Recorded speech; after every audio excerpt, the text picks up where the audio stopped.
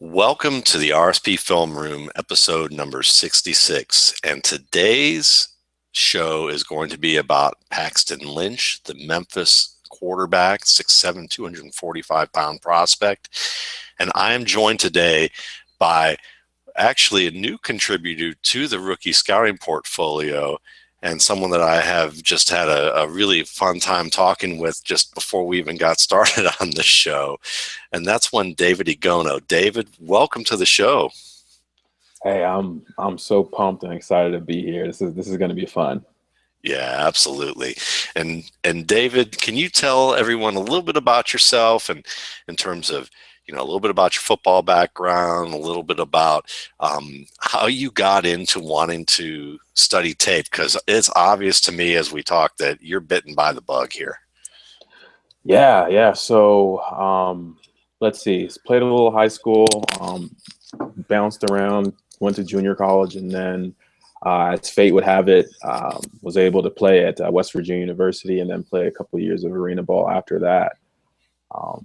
Now the funny thing is that major D1 college and playing a couple of years of pro ball, you watch film, but it's more so, dare I say, selfish in a sense of like, what is that guy doing? I played defensive back, safety corner, so it's always, what are these receivers doing? What are their concepts? That's it. It's not that it's too different from trait-based scouting, but it's a different mindset. So and I was thinking about this as you were talking. Like, think that that article about losing your innocence. I read that 3 or 4 times, and I was like, wow, I need to do this, because I need to do this. I don't know everything. I don't know the best answers, but that to me is what got me. I think I read that beginning of 2014.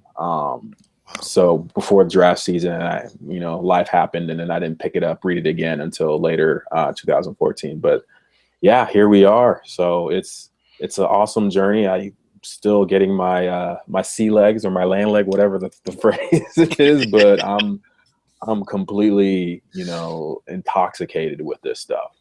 Well, considering that my wife is probably about to tell me I look like a pirate sooner than later, and that I need to shave this beard and take off this cap and get a haircut and all that kind of thing, it probably is sea legs to start with here. We'll have to, we'll have to come up with a good name to the RSP pirate ship and get a flag. but with Sounds good. Yeah, right. So but yeah, at least before the Christmas party, I think at my wife's job, I'm gonna have to clean up a little bit here, or else I might scare the normal citizens. So Paxton Lynch. Paxton Lynch is a guy that I normally, I know that I ask all my guests to name someone who they wanted, and of course David came up with a really good prospect with Cody Kessler as a suggestion, and then I kind of warmed my way into asking if we could do Paxton Lynch. and you were gracious enough to indulge me this first time around, so I owe it to you, even though I really, to me, it's more greedy on my end is to be able to have you back on the show. But I'll use the excuse to say that I owe it to you that we have to do another player other than Paxton after this. But I watched Paxton Lynch this weekend for the first time, and I just thought that there were a lot of fun things to be able to discuss about him that go beyond just the technique and what we see on the film, but how the film talks, kind of speaks to things like decision making and leadership and managing, and that's kind of more my background, is someone who managed people, sometimes really well, and early on in my career, probably a lot of times not very well.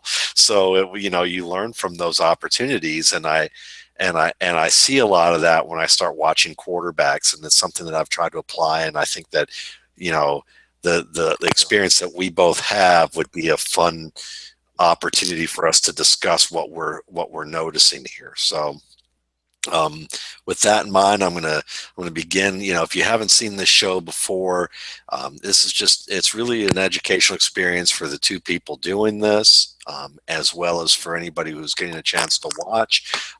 And we're going to use draft breakdown to actually look at some cut-ups of Paxton Lynch versus Ole Miss.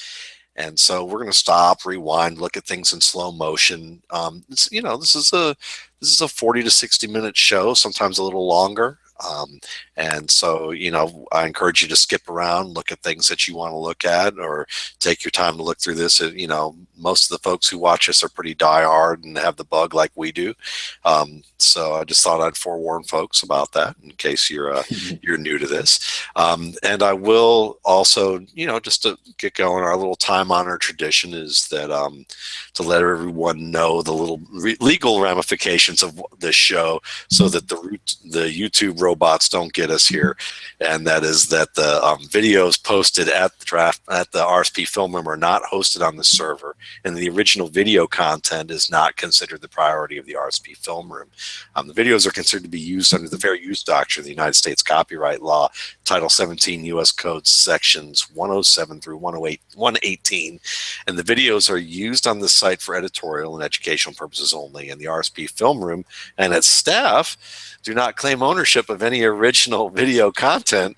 I keep saying draft breakdown because I'm reading draft breakdowns thing. RSP film room and its staff don't use the video clips and advertisements, marketing for direct financial gain. All the video content in each clip is considered owned by the individual broadcast companies.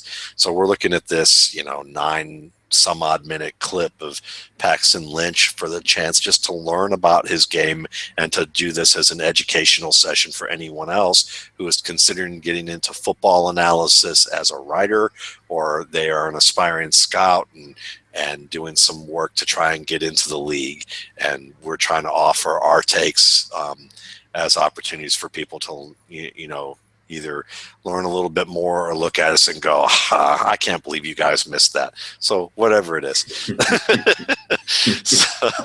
so let me go ahead and get this set up and make sure that David and I can both see Mr. Lynch set up here on this. Does that look good to you? I'm not seeing it just yet. Okay.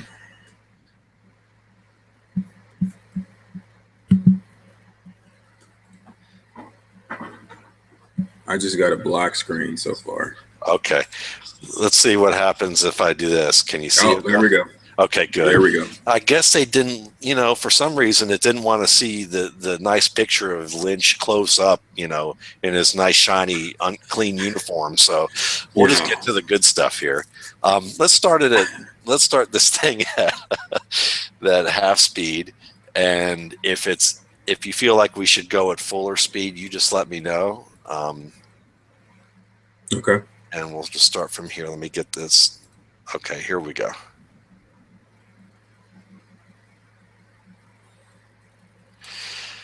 We'll look at this one more time.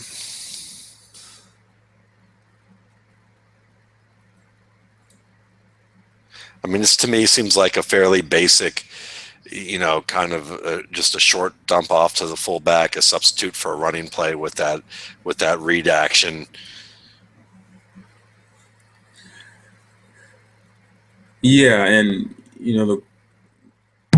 after deciding or having help deciding about Paxton Lynch, one of the things I like to do when I'm watching anybody is I just want to see them. I just want to see their body language. I just want to see how they interact, how they just normally play before I ever start breaking anything down.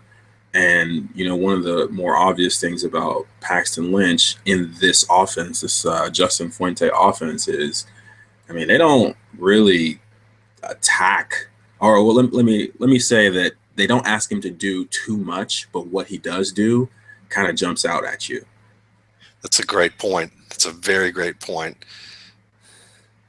And, you look at him, and we can start off just physically looking at him. Obviously, when you have a prospect who's 6'7", 245 pounds, and he looks like he could add a little more to his frame probably. Oh yeah.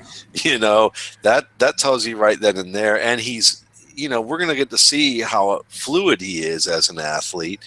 Um, that's going to get people excited from the get-go, because you're seeing that the baseline tools that he has to work with are NFL caliber. Yeah, yeah. I mean, I don't want to compare him to Marcus Mariota at all, but just seeing what Memphis has done this season offensively, I went back and watched Mariota's film from last year, and I mean, there's some obvious differences, but I mean, you hit the nail on the head. 6'7", 245. I mean, he's a specimen. I mean, that goes a there's a long way to go to being a viable pro starting quarterback. Don't get me wrong, but I mean, you see how he moves on the field, and it's impressive. Yeah, and it's something that, again, a lot with scouting, and I think Dan Hatman does a good job with his series that he's doing on Inside the Pylon right now. And his one of his scouting points was, one of the more important points about scouting isn't what a player can't do, but it's what he can do, and noting what he can do. And so when you look at a player right off the bat, oftentimes it is, hey, well, he physically he fits the profile right now. So you know, if you take that and then I'll add, we look at to what he can do, you're going to see that that combination might be uncommon in some regards, because of the fact that he has, because of that baseline physical skill. Yeah, I mean, there's. I wrote down. I mean, he has all the tools in his locker. I mean, the rest of the game, rest of his development and his trajectory remains to be seen. But he has all the tools in his locker. Yeah, and I think that's a great way of putting it. You know, one of the things that I've noticed with Lynch, and this is a good first start with it, is just watching him throw the ball. You know, I heard somebody talk about Brock Osweiler recently, and how that he has a taller quarterbacks tend to throw the ball where there's a natural downward delivery, and the ball tends to take a downward motion, much like this one here, that's creating a more difficult target for the player.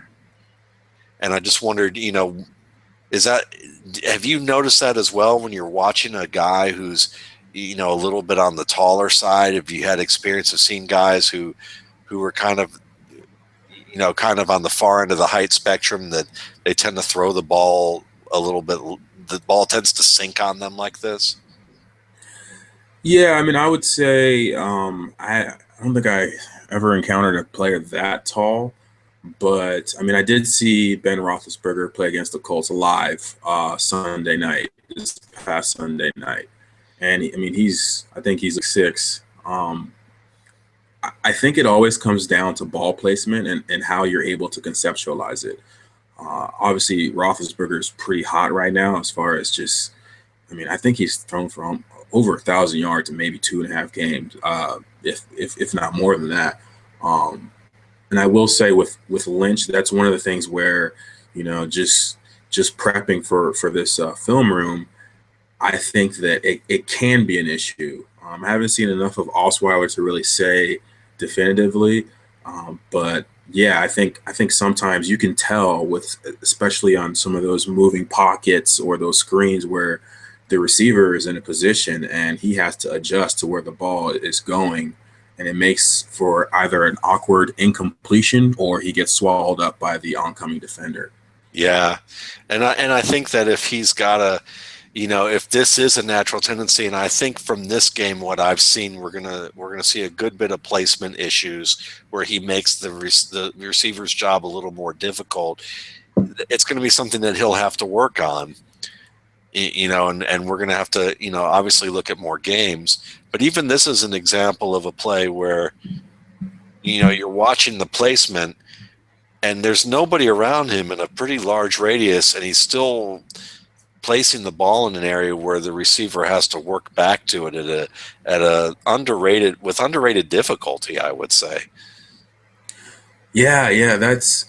I mean, it's one game, and If we're being fair, I would say Ole Miss was probably one of their tougher games on the schedule as far as the defense. Um, but yeah, that's one thing where whether it's the short passes, I don't think he goes intermediate or deep too much in this game.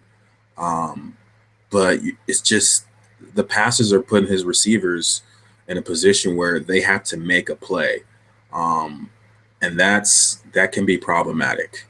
Yeah, and it's, is it something that's correctable? I think it is, and obviously it's one game, like you said.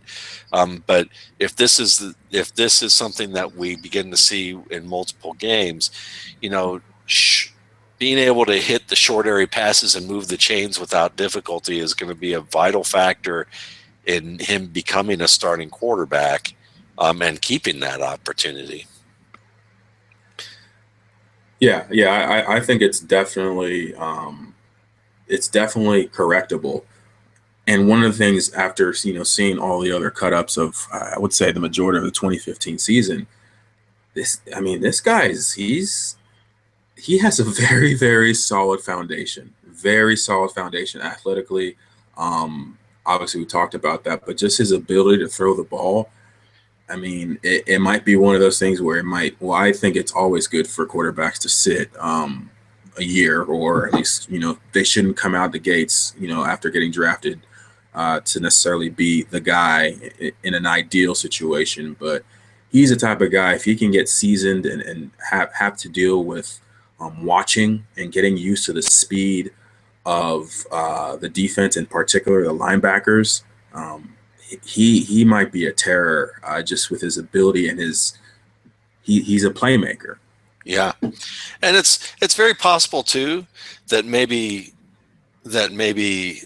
Lynch was thrown to a spot, and that the receiver slid out an extra step because of his location with where the defender was in zone here too. Because if I hadn't thought about this, but you look at where where Paxton Lynch is just beginning to his release, and he might be thinking it's just one more step. And as the receiver comes, he took an extra step as the ball's getting released there. So it might have been might have a little bit on the receiver too. So, but Yeah. this is a fun play to watch, and I've profiled this on a shorter on a RSP Boiler Room, but I thought it was interesting. It was an interesting play to talk about leadership, because you get a chance to see him step up in the pocket here, and then watch him adjust to find an open man against pressure.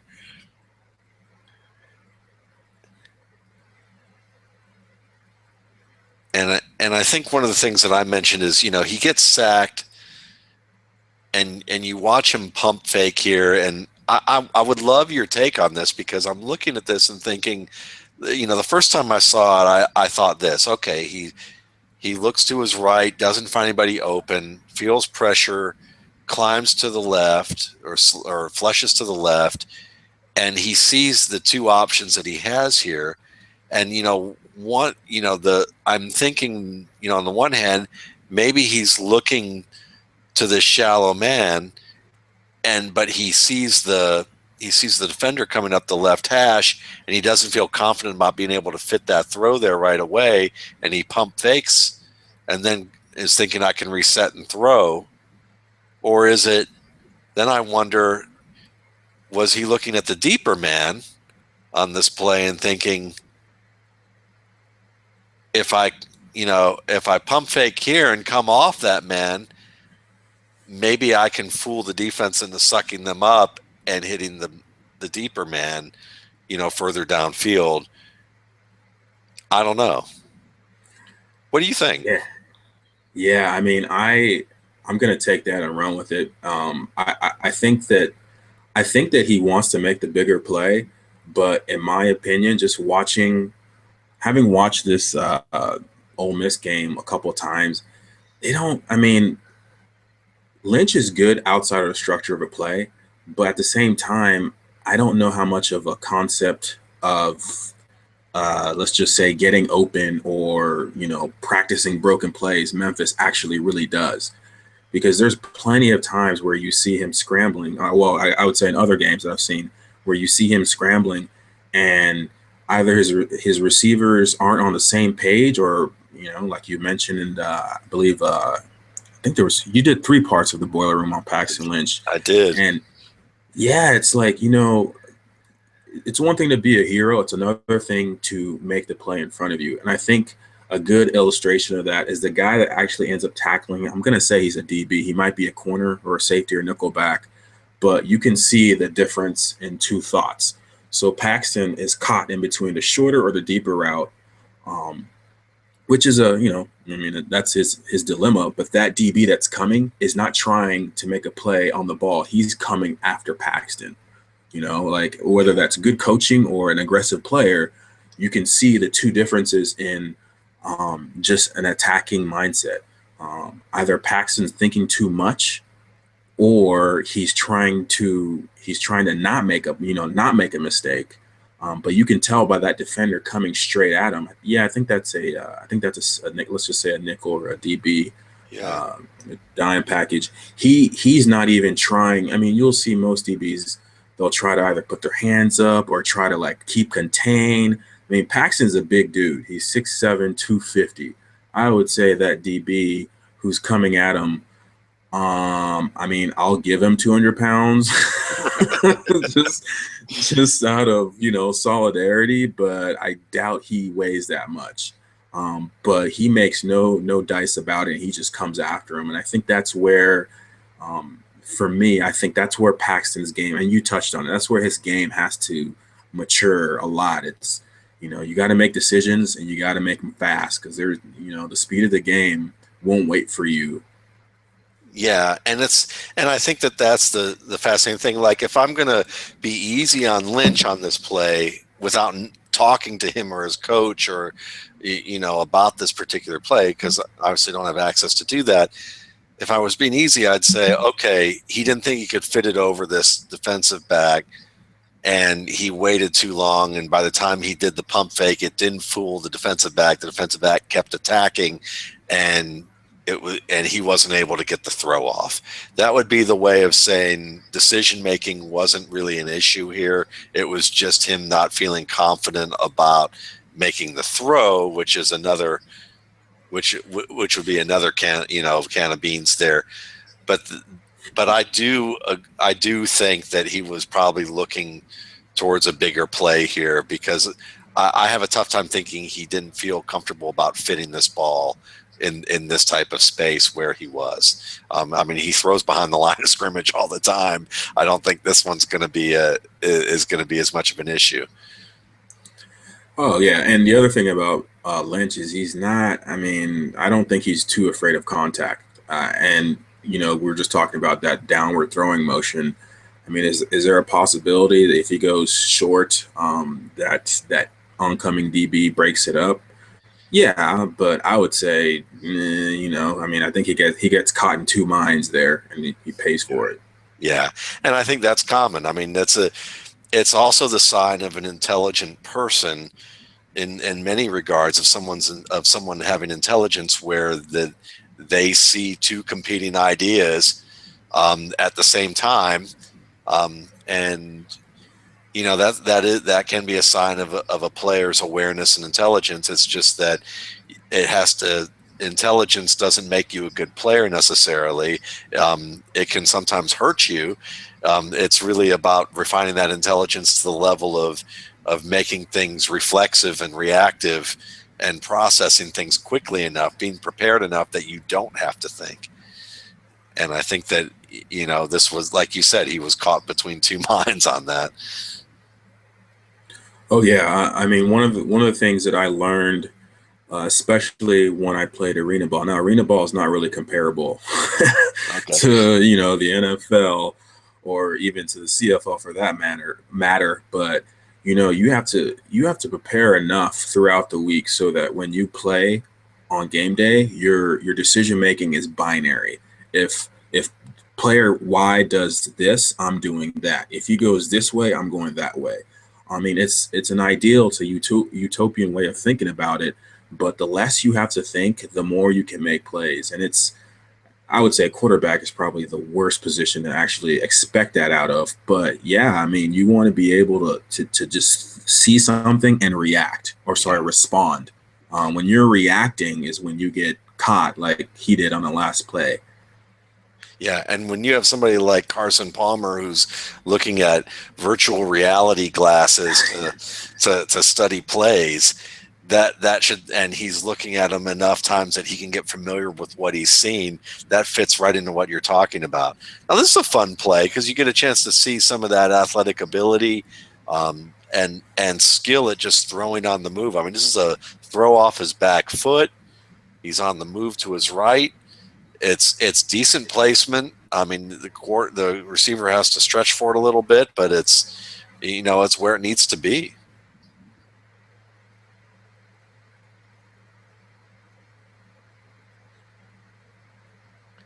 I mean, I like Yeah, that. I mean, I like what I see there from him, and obviously that's a nice throw to have in your arsenal, even though it's a short play. It's not, it's not we're not talking about a 20-yard throw with a man in your face, but oh yeah, yeah. I mean, the consistent thing that I see is, I mean, we can. I mean, I try my best to not really get too wound up about mechanics, but there's very little, if any, glitches in his his delivery and his motion. I mean, he's for a bigger guy, he almost makes it seem a little bit easier than what it should be, which is a kind of a nice contrast to the RSP that you guys, you and Gene did about Baker Mayfield, where it just yeah, it just seemed like he was throwing like a kettlebell or something, where he just had to get his whole being behind it. I mean, that's a nice fluid strike there. I like how you said that, like he's throwing a kettlebell. I got to remember that. I like that. Well, you're That's by all very means steal it. Yeah, that's very apt. I'll have to quote you on that one. But I mean, yeah, we're seeing, I mean, this is they use a lot of spread concepts at Memphis, and you're seeing him, make the quick turns and throws, and that ability to do so. I mean, the mechanics are nice. He takes the steps to get there. He's not hopping or pivoting. He's just turning, taking the step, throwing, stepping through it. Nice over the shoulder type of look. I mean, like you said, it's very clean, and it's a good basis for him to build more of a game on top of it. Yeah, yeah, they're like, I mean, just physically, athletically, position specific, let's just call it essentials. Yeah, I mean, those boxes are checked with him by Yeah. far. Yeah. Even this one, I mean, it's a missed ball, but we're looking at an opposite hash throw from the 43, and we're looking at a play that ends up, landing at about the 17. So we're looking at, well over 20 yards, in the air. And really, when you count the opposite, the width of the field too, it's throwing the ball downfield is not difficult for him in terms of when it's time to air it out and rip it, he can do so. Yeah. Yeah, totally. Now let's watch this. I mean, one of the things we're going to see here, I I wonder I wonder a little bit about his willingness to take some of the shorter throws, and it's something that again, you've watched more tape than I have actually of Lynch at this point, but I'm looking at, he seems to be looking down more the middle of the field, so he may not see his check down in this periphery at this point. But I do like the fact that he can make a full pump fake like that.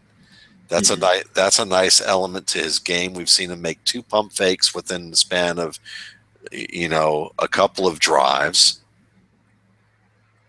and that's going to be a helpful tool for him. And I mean, in this case, I mean, it's just a little late with he doesn't find an open man. He takes the sack, but I do wonder again about the process of saying, hey, look, not seeing what he saw wondering if he was looking down the middle and he just didn't make the connection of, hey, look, I've got two linebackers pretty close together here.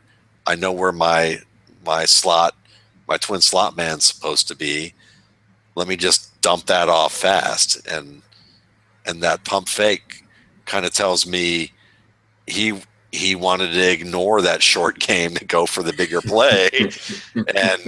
and he didn't realize time was up, as in Living Color might say, time's up, right at the point.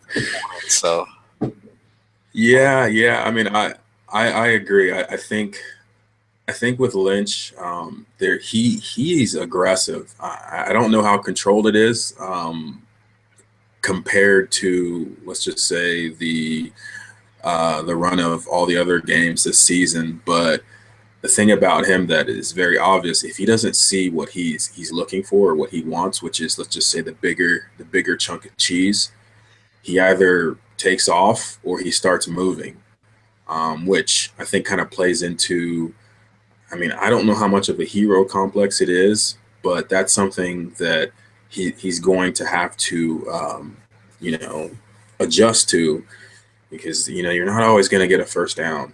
You're not always going to get 5 yards. But if you can delegate, like you said in the past, delegate and just take that, the interesting thing is that Memphis, unbeknownst to me, they have some pretty nifty playmakers.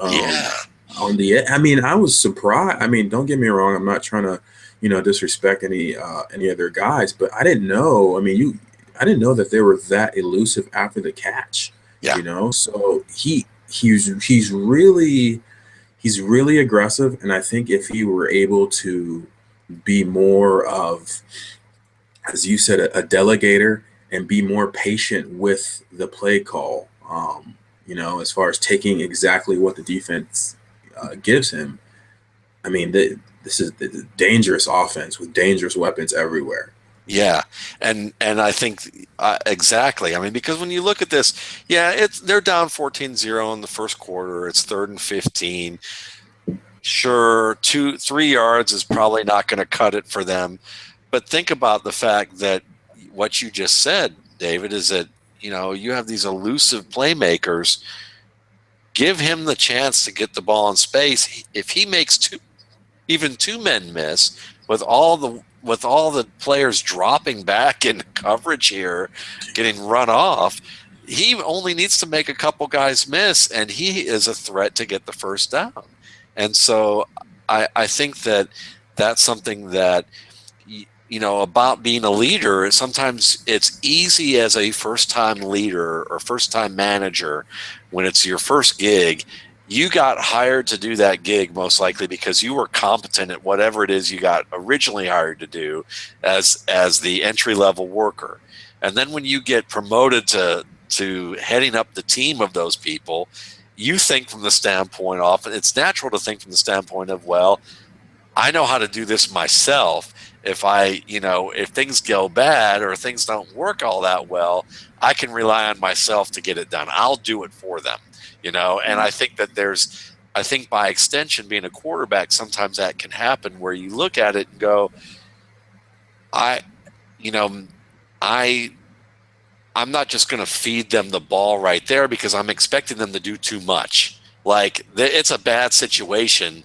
They're not going to be able to do this. And I think that it's the same thing that some people do at work, where they're like, we've got a really difficult situation. I'm going to get involved and do this because I can't expect them to come up with that, when it's really the opposite, where you really have to sometimes look back and go, I need help too. I need to be able to, and I need to, to let my team be a big part of this. And I think that it's easy for younger, less mature players as they're developing to put it all on their shoulders. And one of the ways of doing that is sometimes ignoring the shorter route because you think, I got to make the tougher throw. I've got to find that open guy. I'm not looking hard enough. It's not so much I'm trying to seek the glory as much as, like you said, of being the hero.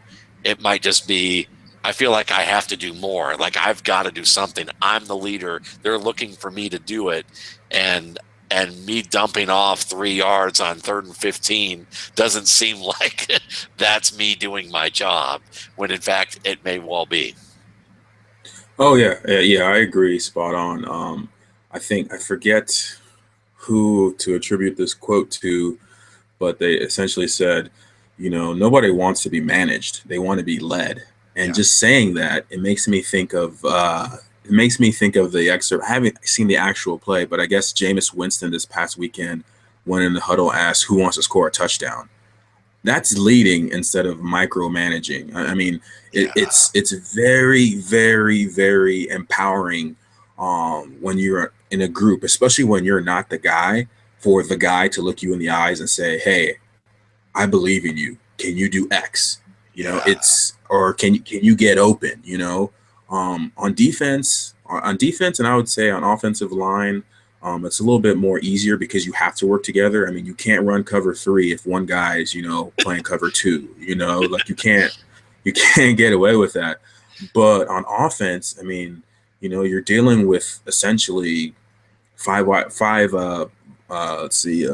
wide receivers, and they're all pretty much all of them alpha males, and you have a quarterback who's the alpha male of the alpha males.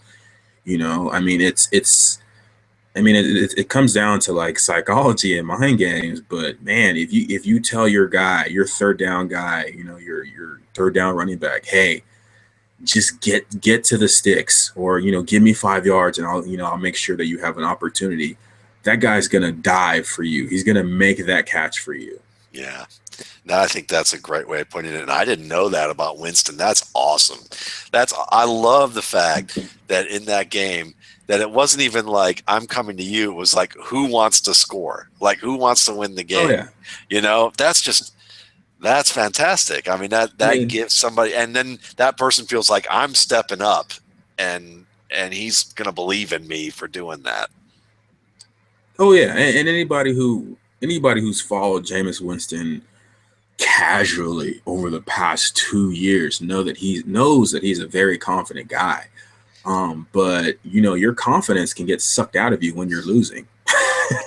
And for him to be able to have the guts to say that, I mean, to me, that's leadership. It's not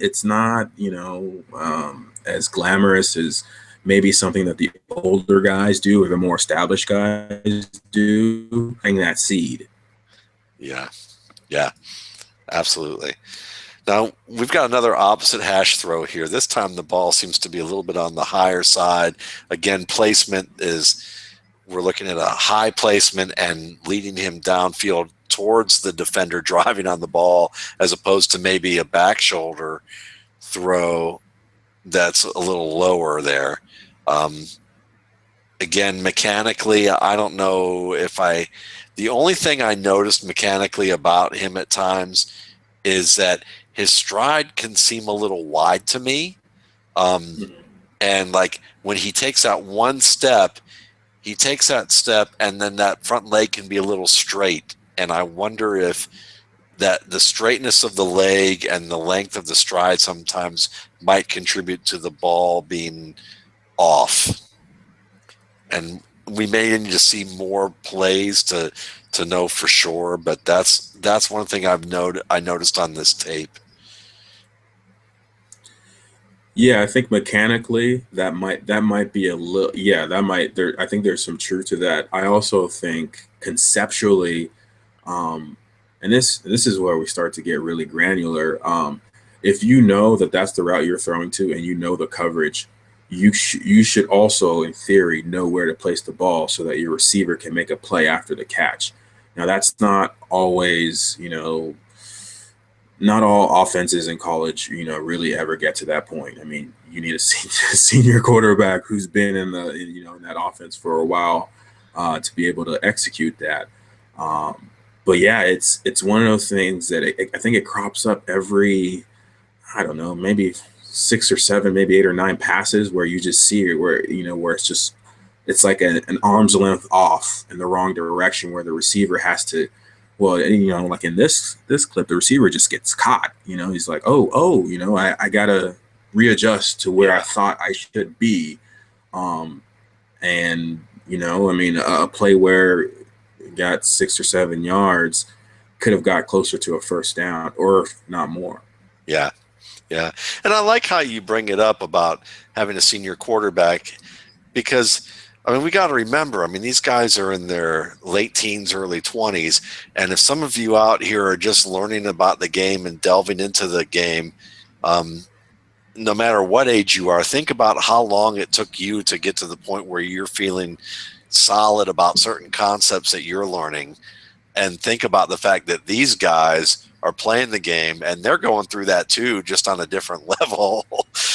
So if you know, I mean, they're gonna, you know, if a guy like Brett Favre actually is in a, and I know he may be an exception on this level on what I'm about to say, but if he turns to Ty Detmer in the middle of his second or third year and goes, "What's a nickel?" You know, what's a or if you're talking, or as David's talking about the fact that, you know, we're getting kind of granular about expecting them to know the spot to throw on routes unless you have a senior quarterback. That should tell you right there that sometimes all this great analysis that we see on TV or that we're trying to achieve by writing about the game and helping people learn and learning ourselves isn't always something that these guys all also know on the field. In terms of with the same level, that it's more about executing what they're doing, but maybe they're not thinking about it in those types of concepts just yet. It's just like speaking a language. You might be a very good public speaker, but you might not be able to explain as a public speaker what you're doing that makes, you know, to be able to teach it and to be able to talk about all the different concepts of public speaking, or in the same way that someone who's been doing it and teaching it for 20 years. You know, it doesn't mean that you're a bad public speaker. It might be very good. You might be great at it, but it doesn't mean that you have higher knowledge of all those concepts as well. Oh yeah, I mean, I totally agree. I think a lot of times when we see guys playing, or we hear, you know, one of my favorite examples, people say, "Oh, well, you know, Seahawks, all they really play in their secondary is cover 3." I mean, I'll be honest. It took me a season or two to understand how many different ways you can play cover 3 as a corner. There's so many different nuances that you can play into it, and it's. I mean, yeah, we're talking about things that we all grew up doing, and, you know, playing in the backyard or playing flag football. But, you know, every rung of the ladder that you climb in football, every single detail matters that much more. And every single step or hand placement or, you know, foot jab or where your eyes are, you know, where your hips are, it plays into not just there being a broken up pass, but an interception or a touchdown. So there's so many layers that, you know, we can put, or so many different lenses that we can put on one play, that sometimes it comes down to as simple as, wow, he just doesn't know that yet. Yeah. Yeah. And I think that that's important. I mean, I know lots of people who write very well, but if you ask them to break down certain grammatical points and find detail, they couldn't do it. And I mean, that doesn't, you know, I mean, that's just, it doesn't, those who are masters at it, yeah, they can break that stuff down to degrees that would, you know, bore you to tears most likely. But it's like, and they break it down with a fascination level, just like that we're breaking down this stuff with a fascination level. You know, and it's just, and it takes a long time to do. I mean, we're watching this play with Lynch where he probably should have lofted the ball a little bit more. And I think to myself, you know, I mean, is there anything special to really talk about this with? Probably not, other than that he probably is not used to someone being able to like knock the ball down, and he doesn't think about the fact that he's, you know, he's thinking, I'm 6'7", I can just kind of touch this thing over here. And he almost looks like that guy who's like used to like banging his head on the door as he walks, you know, he walks into a room. So when he throws this ball, he should put more loft on it, but he thinks, I've probably thrown balls way over people's heads so often that I'm like self-conscious about doing it here, because this one, that would be my guess. And I mean, I may be way off base with it, but I would love if, if I would love that if he's at the Senior Bowl, I'd love to like ask him about this play and just say, I'm just wondering, do you ever, like, when you're trying to loft a ball, do you ever feel like that because you're as tall as you are that you overcompensate sometimes and don't put enough air under it in those situations? Do you find that problematic? And wonder if he would say, whether he'd look at me and go, no, of course not, or look at me and go, yeah, actually, it's one of those things that bugs me to no end, that I should be able to throw this over people, and I have trouble with these little touch passes sometimes. Yeah, there's so many different nuances that you just, a little comment like that might be something that, annoys him to no end. Or it might be something where it's just like, what are you talking about? It really it's amazing what certain players harp on themselves about and what other players just have no reference to whatsoever. It's like the first time you ever brought it up. Yeah, because here's the next play, and it's a screen, and he lofts the ball nicely, a little off the back foot, leaning away. And it could, might be a little higher. It's a little low. It's not perfect there, but it actually leads him where he needs to be. So maybe it is perfect, and he's leading his back to where it needs to be, and it's got nice touch on the ball. So yeah. I don't know if I said it earlier, but this Memphis offense, what they ask Lynch to do, he does a very good job of, and when it breaks down, he can usually bail the offense out of. But even small plays like this, where it's essentially a very long handoff, you just see the ability to execute a play. I don't care what offense you run, I mean, if you can execute a play borderline perfectly on 80-90% of the time that it's called, that's hard to do. Yeah. I don't care what offense you run. It's hard to execute as consistently and as effectively as he does in this offense. Yeah.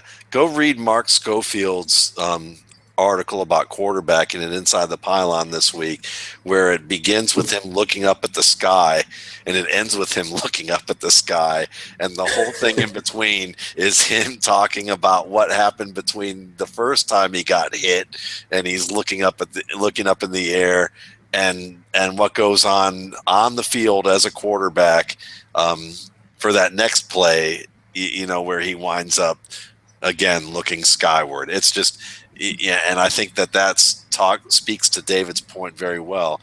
In this particular play, where we get to watch him again throwing, moving to his right, throwing doesn't seem to be a problem in the short range at all. We're going to get a chance to see him again. His play fakes, I think he's very thorough. I like the thoroughness of these play fakes, where he gets into the stomach of the ball carrier. You see him making the diagnosis and looking at the defense as he's doing so. He sells it with his body. And while I don't think he's like, he's not, whereas Mariota is, we saw Mariota run an 80-yard touchdown or whatever it was last week. And you get him in the open field and he's going to beat people if, just with his speed alone. I think Lynch is what you would call a functional runner. He's got good size. He's got enough speed to get a corner on certain design plays, but he's not a breakaway threat.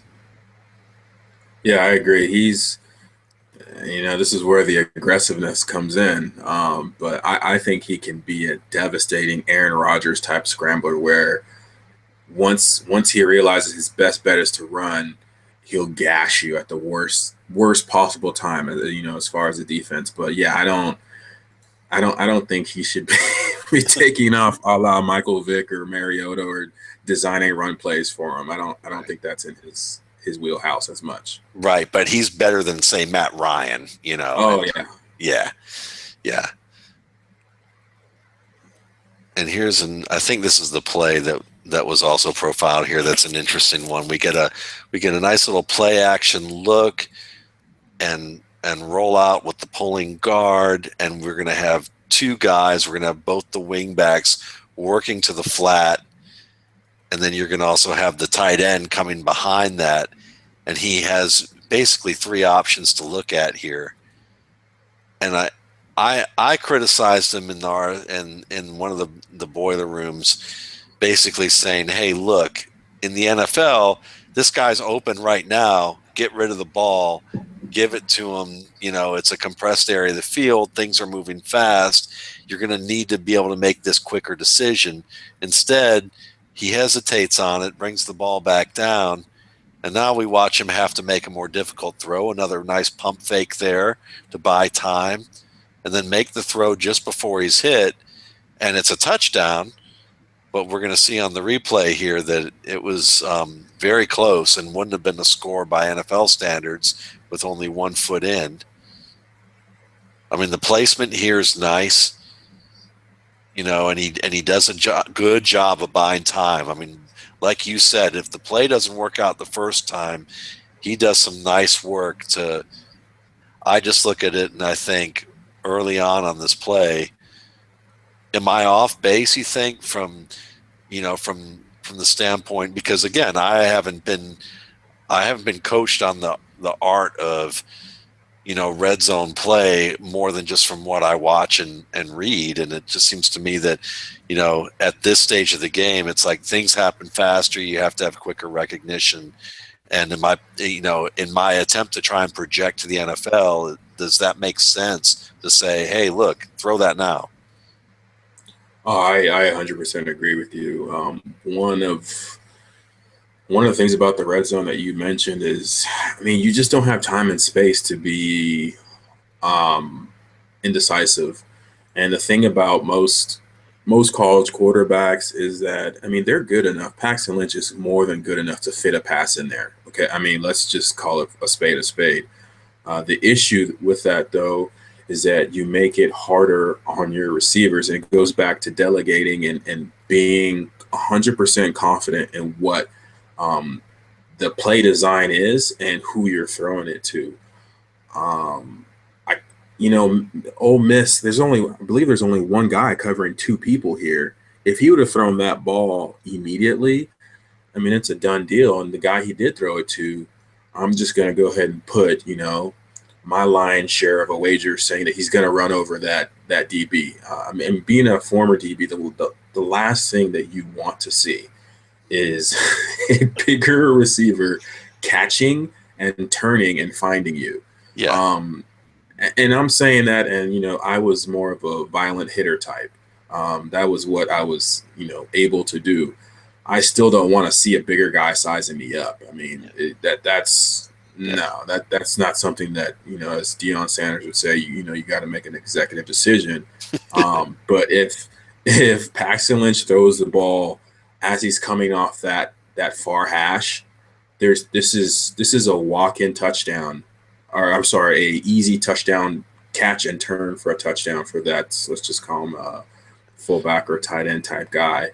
And you know, to your point, you know, I mean, you know, it's hard for younger guys to understand that, yes, you have the mobility and the arm strength to create time, but also in the red zone, in certain situations, you have to be able to understand that it's not, you don't want to create more time. You want to strike while that window is open. Yeah. These guys are easy. You know, it's easy to, this is where experience comes into play, and it's just where you can apply it to different things. I look at this guy and I think, all right, yeah, if I was the big man on campus, if I was the guy that was the star at my high school and I'm the star at my college, and I'm taller than everybody else, I'm bigger than everybody else than my peers, everyone knows I'm good, I know I'm good. You can lean too much on saying, I can get this done. And rather than thinking about it conceptually, just leaning on the physical tools to do so, we're saying, well, okay, I'm not sure about it from this standpoint. Let me buy just a little bit more time because I can. But he hasn't figured out yet in the NFL that he's just an average physical specimen for the NFL. And he doesn't know that yet. He hasn't discovered.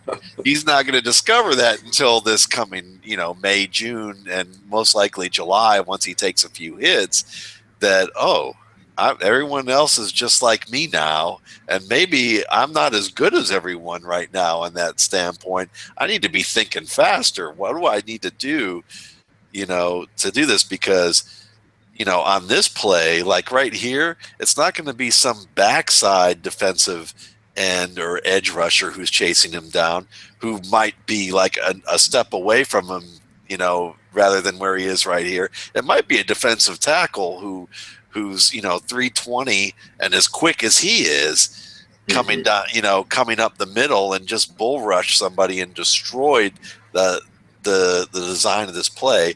And to your point, a fullback, I think most fullbacks that I knew were like, yeah, give me a chance to get my pads downhill on a safety. Like that's what I want. Like that will make my day if I can hear my pads crack against some guy and just get the chance to maybe run him over, or at least get some contact here. Give me the ball. I want a chance to do that. Yeah, I don't think I've ever met a fullback or a tight end. I mean, no matter how much of a receiver or a speed skill guy they thought they were, I have never met one that did not want to go mano-a-mano with a defensive back. They don't exist in my opinion. Yeah, it's like throwing a stick with a golden retriever around and him just looking at you like, what? I mean, that's not going to happen, or at least most likely not going to happen. It's not really a purebred golden retriever. It's probably going to, it'll run off, probably run into traffic trying to get the dang thing. So, yeah. So there we go. Enough about this play.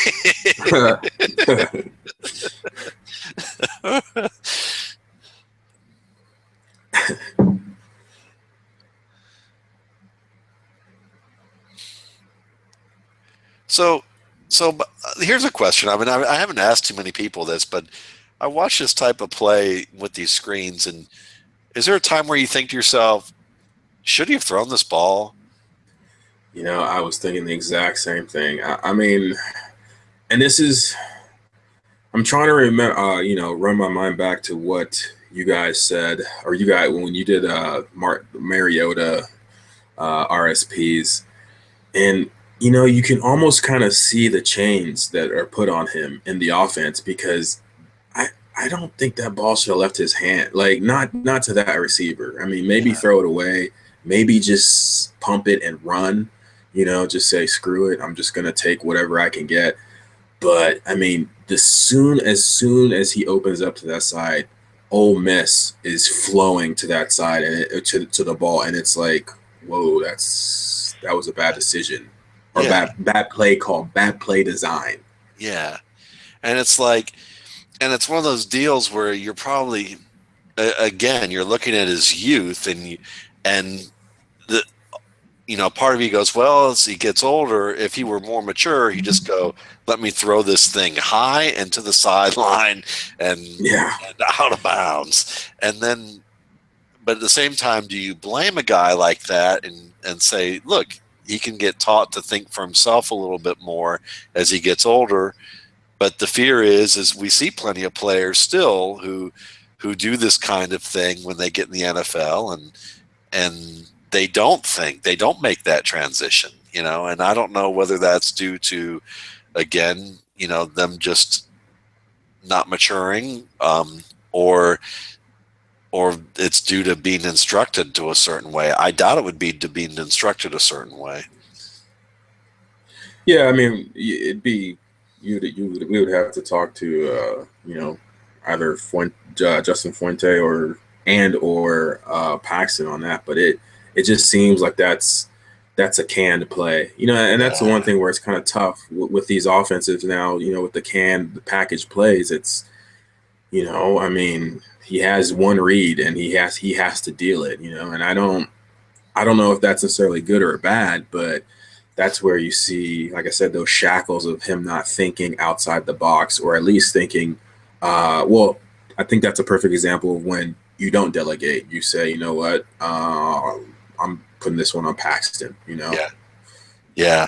And instead, he's like, you can tell he knows he feels like he's got to make this throw, because even looking at the way he throws, he's anticipating this defender with the way his arm slot is on this release. It's kind of a 3/4 delivery.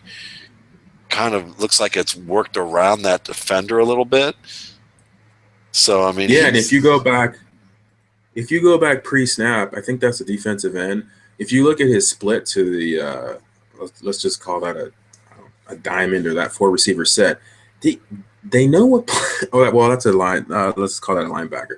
They know what the play is. Yeah. I mean, they know, and he knows that he can't get to the quarterback fast enough, and he knows that he doesn't have enough time to hit the receiver. So he does the next best thing, which is essentially run somewhat of a straight line and get in that passing lane. Yeah. So it's, I mean, I think that everybody on the field knew what that play was going to be.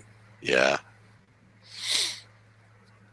I'd like to hear what the head coach thought about that to the offensive coordinator on that play, but but anyway. If I know anything, it's probably along the lines of, well, that worked last week. So, I mean, that's what it is. That's perfect.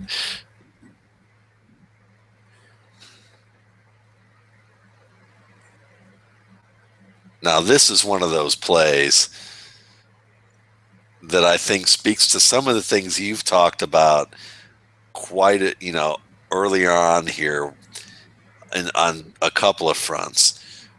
Let's get to it again here. All right. So first of all, the ability to move around in the pocket and kill you, kind of like Aaron Rodgers can do. And you talked about him really gashing people with runs, but I think that this is also a part of that. I like that. At first, when I saw this, I see him kind of drop his heads and shoulders, and I'm thinking, what are you doing getting rid of, taking your eyes off the field? But then I see it more as him reducing the shoulder and turning away more than it was him dropping his eyes, because it seems like he knows where he wants to go, and he kept his head up as he turned around. And I love the form. He does this a lot.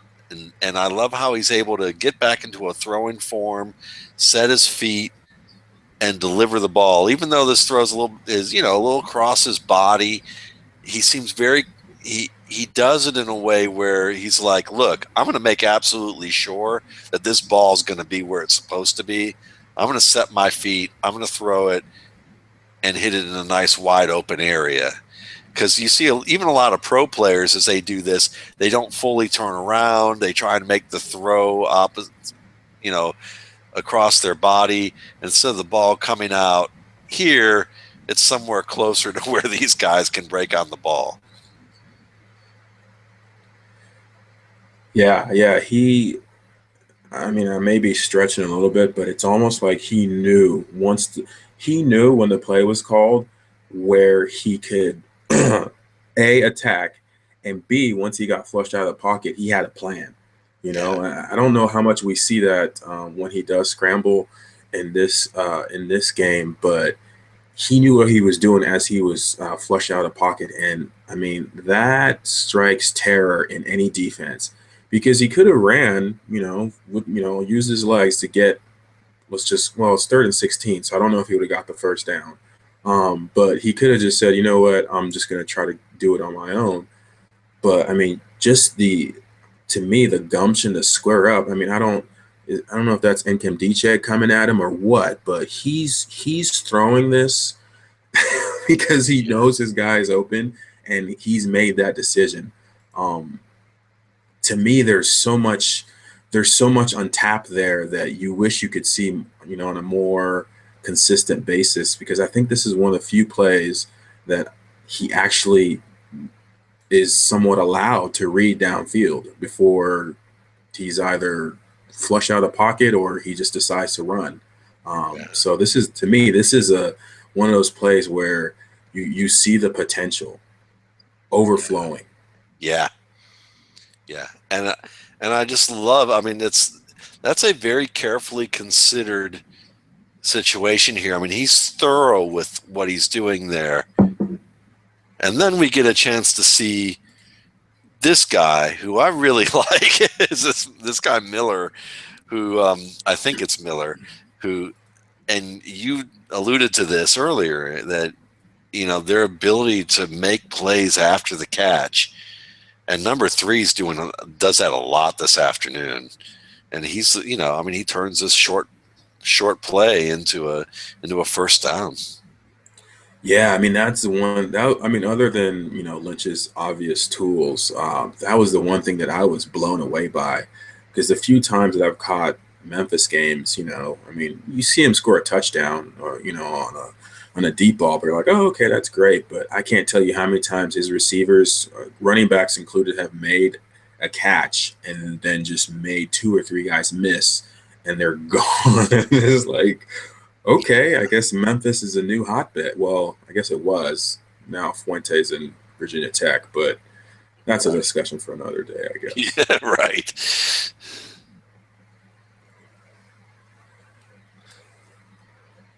All right, so let's look at this one more time. We're looking at another opposite hash to the opposite sideline throw. And this one's fairly wide of the mark, but I don't know whether that's the route, or let's look at this step. The way that he throws his ball seems a little bit of a, like he's anticipating pressure in a way, but it's not really there. I don't know if that's the case, or if he just doesn't fully set. Yeah, you said earlier. Yeah, you said earlier he doesn't always. It's almost like he's. I think it seems like he went too horizontal. Yeah. In his approach. Which seems then that raises the question. He's anticipating maybe a wider break or an earlier break here. Maybe he and the receiver just aren't quite on the same page, in terms of that, or that the receiver's coverage was in a way that the receiver just got tangled up. Yeah. I don't know how they don't really. This is one of few plays where there's not a read option or a quick go route, or just a quick easy read. As far as the receivers attacking a coverage. This might be one of 5 comeback routes I've seen watching. I think I've watched 7 or 8 of his cut ups. So that route in their offense is not it's not one of their more used routes. Yeah, so that lack of familiarity, not being a staple, that makes sense. And then just watching the route. You get a little bit of a chop move. He hopes he gets off there, but he's off balance even off his release. And you see him, let's see. You just wonder if that extra step was even part of the issue, where not being able to get a clean release right away disrupted his timing enough that when he breaks outside, he's a step late. But even a step late, this would be a little far. So, one play. Yeah, I think they're both culpable on that one. Yeah.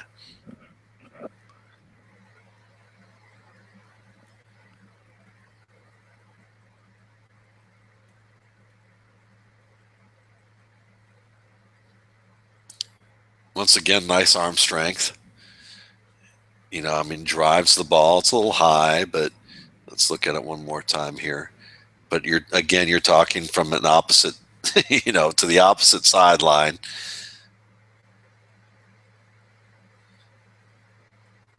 And the ball's on a line.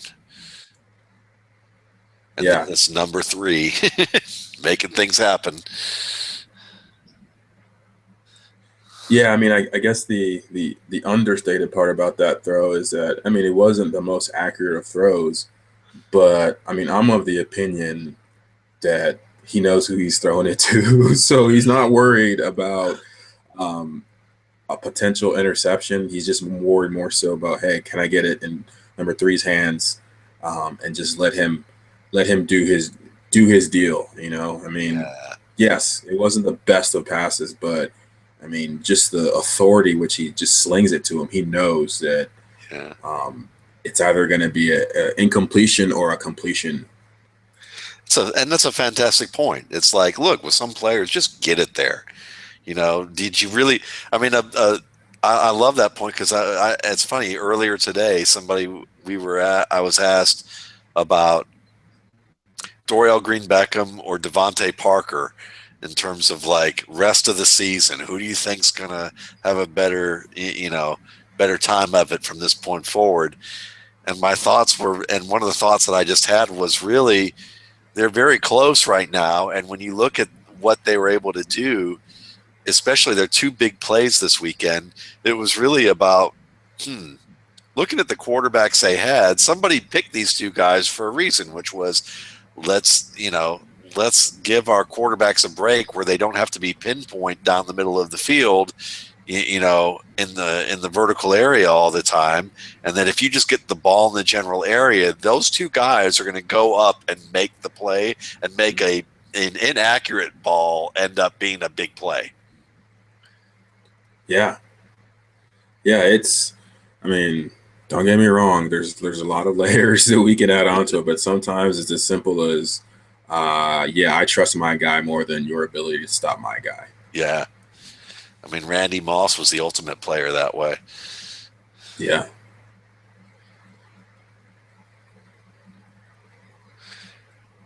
And so here we go. This is the only interception of this game and this is again a placement issue when we watch it here. Instead of it being maybe on the shoulder further outside the breaking defender, it's to the back shoulder. The receiver should have caught it, but it's those little things sometimes where, especially in the short game, where I think that's why when people say, "Oh, the short game has underrated difficulty," it's because if you aren't pinpoint in the short game, these balls come on top of you fairly quickly, and if you're not expecting it in that right spot, if you're not expecting it in the spot that it comes to you, I think that you have more difficulties with these tip passes or with the ball going through your hands and you having layers of defenders behind you, hoping for a chance to make the catch.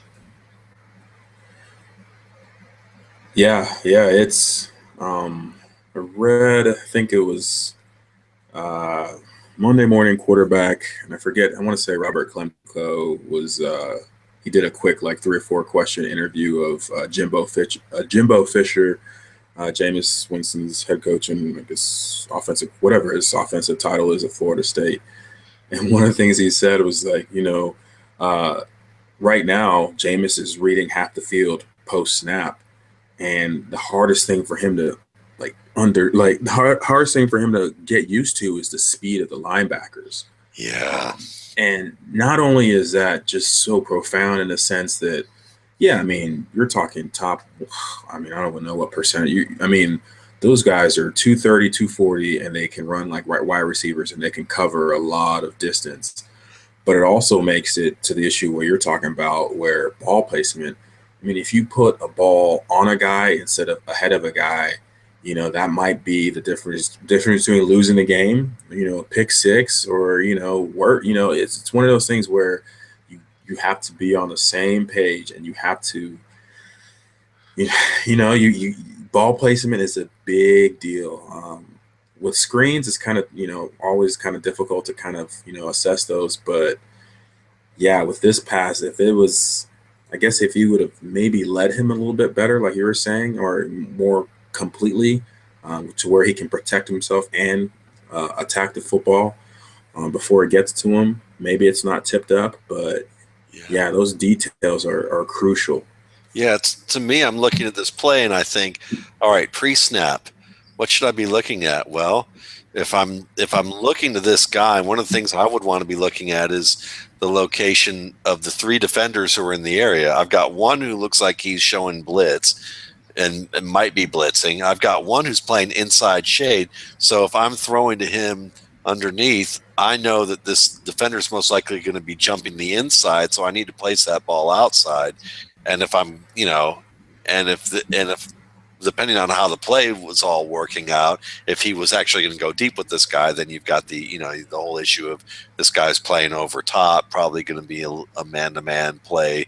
If he goes deep, I have a shot here. But with the blitz here, he's like, I'm going short. My receiver's probably also reading this as short if they have that type of option to make these types of adjustments. And at this point, it's like, okay, I'm going short with a guy with a linebacker playing inside shade. I need to put this on the outside shoulder. So that's my thought, at least. If I'm looking at it from that theoretical perspective, that's where I would be going. And I think that you brought it up so well as it's that next level. It's just that next level thing. These details become embedded things that you just have to do, where it seems like finer points, but at that next level, it's like, these aren't fine points. These are like essential points. Yeah. I think you and Gene brought it up nicely, talking about Trayvon Boykin and Gene Clemens. Trayvon Boykin and Baker Mayfield. As far as my mind is just skipping a beat on me here, but at the end of the day, the good quarterbacks, they don't hang their receivers out to dry. And it's so appealing to see quarterbacks in college be able to put their receivers in a position where they don't get torn up, and, I mean, I've only seen a few quarterbacks so far. I mean, I haven't gone through all of them to where I'm fairly confident that, I mean, yeah, they have some warts, but they don't hang their guys out to dry. I think Nate Sudfeld is one of those guys where, man, you just don't see, and he doesn't have, in my opinion, as talented as a receiving cast, a running back group.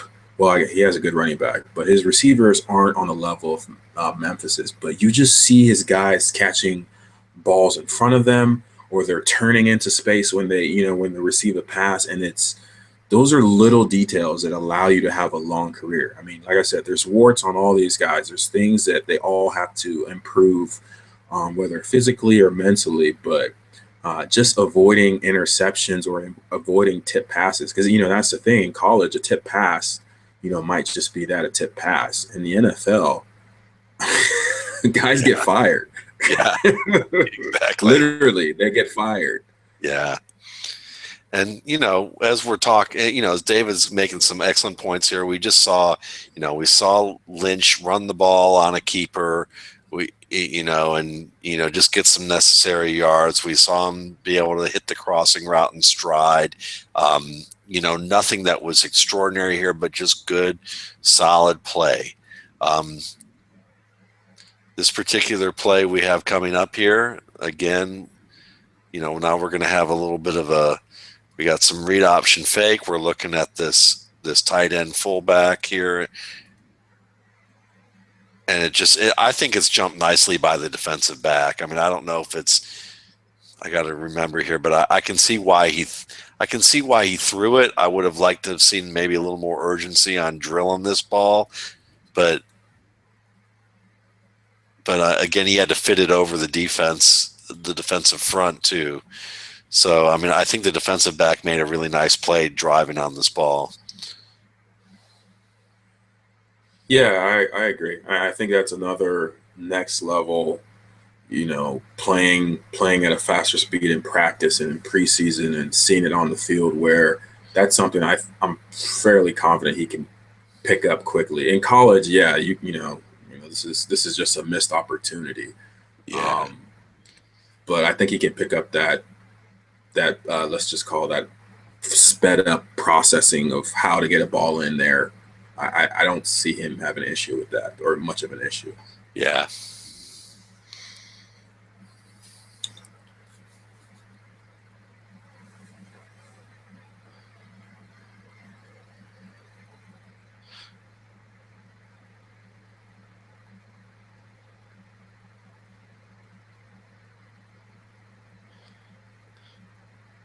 again, this is one of those plays we've, like the quad set on the right.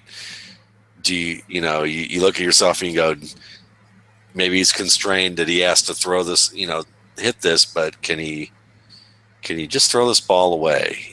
It's like, it just seems to me like nothing's there, and that's, again, it's a maturity thing more than anything else. What we do notice here is that, a lot of these pistol concepts that they're doing are very much pro style looking concepts in the pistol, where you would normally see in a pro style set, it would be, he'd be under center. But I like seeing that that they're running certain things in this offense that would fit with an I formation running game, single back running game, under center, while we're not getting a chance to see him work from center that much. And we did in that first touchdown, which was nice. But I think a lot of what he does translates enough that you wouldn't sit there and make a big deal out of him having to transition to the game from working under center and not as much from a spread or pistol attack. Yeah, I agree. I mean, like you said, they run a lot of different concepts. They know what their bread and butter is, but at the same time, he's not unfamiliar with being under center or having to deal with concepts that are requirements at the next level, at least just in their playbook. Yeah. And like, you can imagine this from him from center. Yes, he has to maybe take 2 or 3 steps before he makes that play fake and then pivots back and makes this throw on a screen. But it's, and I like the placement on this ball. I mean, it's not a good, I wish he didn't throw it, but if he's going to throw it when he's got a defender in his face like this, he does try to pick the spot where it's behind he sees what's going on. He's trying to fit it, and I admire that he's trying to place it in a way where it's not going to cause a big defensive play. I wish he wouldn't throw it, but it's still, it's a good starting point that you're looking at and you go, he's not totally unaware of what he sees on the field here. He sees what's going on. It's just whether whether he's being told, look, try and fit the ball in there, or he's being told, or someone's got to say to him explicitly, hey, look, it's okay, take the sack. It's okay. Don't try and fit that ball in a spot that's crazy like that. Yeah, that's one of the things I hear myself telling these quarterbacks when I watch it. Just, it's okay. Just throw it away, or throw it at their feet, the feet of the receiver. It's okay. Yeah. You'll have another opportunity. You don't have to make every play count, so to speak. Like, it's okay. Watch Peyton Manning and Tom Brady, and don't just look for all those great plays. Remember the plays that they throw away on 3rd down and 6, or 3rd and 10, and how many times they just like give up on the drive in a sense. Oh yeah, that used to be so frustrating to me till I understood that. I mean, yeah, they might be 35 of 48 or whatever and have a 300-yard game, but really only 7 or 8 of those passes were the substance. I'm not saying that to diminish the full body of work in that game, but you're going to have defined opportunities to be the guy. You just got to make sure that you don't take away from that opportunity by being too eager and too anxious to make every single play, every single pass attempt be a statistical positive. Yeah, bide your time. You have to, that's part of leadership too, is biding your time to do it at the right moment. And sometimes the best thing about creating right moments is avoiding wrong moments. And I think that that's what, these leaders do very well, is that they don't get embroiled in a lot of wrong moments or bad moments. They wait for the right moment to shine, and and there's a little bit of humility in that too. And I think that that's important just to note, that it's not like I'm not doing stuff just to do stuff, because even your teammates around you are going to look at you like, how am I going to trust you when the moment arrives if you're doing this kind of crazy stuff, trying to, be everything everywhere at once, you're wearing me out just watching you, doing this kind of thing. And I think I think that is the difference sometimes between being an effective leader and being an ineffective one. But here we got to play with a pump fake to the left, and it's not as full of a pump fake as we've seen on other plays. But again, this is like at least the fourth or fifth time we've seen him use one. I like the fact that he slid away from pressure, and he's still looking to his right when he slides away. It's a nice job of keeping his feet so he can be in a throwing motion. Then he sees more pressure coming around the left side, so it's time to roll.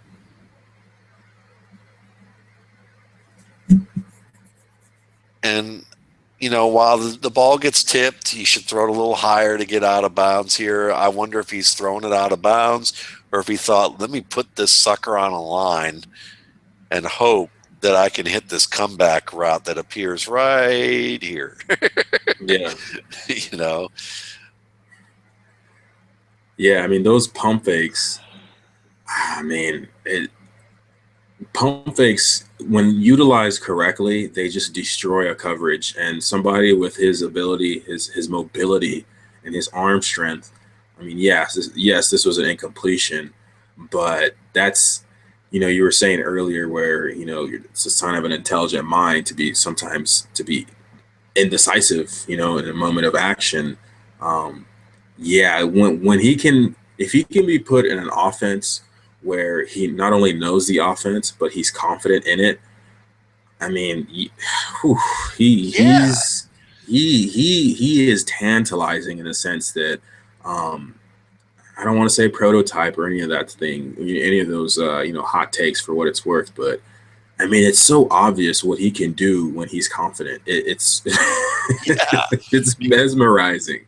Because we haven't even seen the full extent of his arm strength on this tape yet. And there's a couple that we get to see that are nice. But how mobile he already is to get outside the pocket and move and keep that throwing position.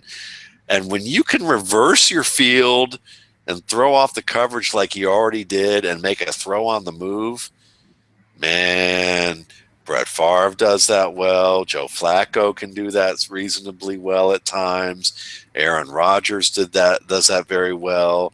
Matthew Stafford can do that on occasion. Tony Romo. I mean, I'm naming starting quarterbacks. Some of them extremely some of them Super Bowl winners. That's you are totally. I mean, I think your point's great there on that end. This is another one of those plays. See here, again, it's a pattern to me in this game. He's got some pressure coming. He looks it off, comes back to his side. He's got to make a throw, where it's kind of an off platform, a jump pass, and the ball sinks and it's low and away. And that's an underrated catch. I mean, that's a difficult catch to have to make, especially when you're trying to break to your inside. And now he's like, well, forget that. Time for me to make it up on my own here. Yeah, I mean, Lynch, this is one of those throws where, I mean, you owe number 3 like lunch, because you made him basically do a full squat into oncoming defensive flow. Yeah. Somehow he avoided it. But yeah, I think it would be interesting to see if he does do like a Senior Bowl or, like some of the All-Star games where there's higher level of competition, especially along the D line. See how he deals with pressure, whether up the middle or edge pressure. His mechanics, because I mean I thought he had probably a little bit more time to make more of an accurate throw than that, and I don't know if he just his internal clock was sped up rapidly, or that's just a trait he has, because that's something that shows up multiple times here, where you wonder if he's anticipating contact or he's just off rhythm, off timing with either the screen route or that short route. Yeah. Now look at this throw, because here's another one that's a little too high to number 3, and watch this longer step. See how wide that stance is right there on this particular throw, and how straight that leg is, and he kind of comes over the top of it where he almost has to bend in half to whip that arm around. To me, that's correctable, but I can see how where sometimes maybe he doesn't get full velocity on a pass, and he doesn't get the pinpoint accuracy he could have because that he's kind of putting that leg in his way, as opposed to using that leg as a tool to achieve that full velocity, because it's almost pitcher like, baseball pitcher like. I mean, and he hasn't done this a lot, and I don't think we've really even seen one as clear as this one yet. But you can see where he's got to watch that. It's something that he's got to watch, because I think if I see this on more tape, then you can see an opportunity for him to improve, his overall arm talent. Yeah, I mean it's like a spring or a coil, and you spreading it out, or pulling it up to its polar opposite ends, and then expecting it to get the same amount of bounce instead of just pressing it down from the top and letting it go. I mean, he already has an arm, but if he can clean that part up, it's, again, you're talking about, I mean, how many of all the starting quarterbacks in the NFL, how many have an arm talent to the point where it doesn't really matter, what platform they're throwing off of?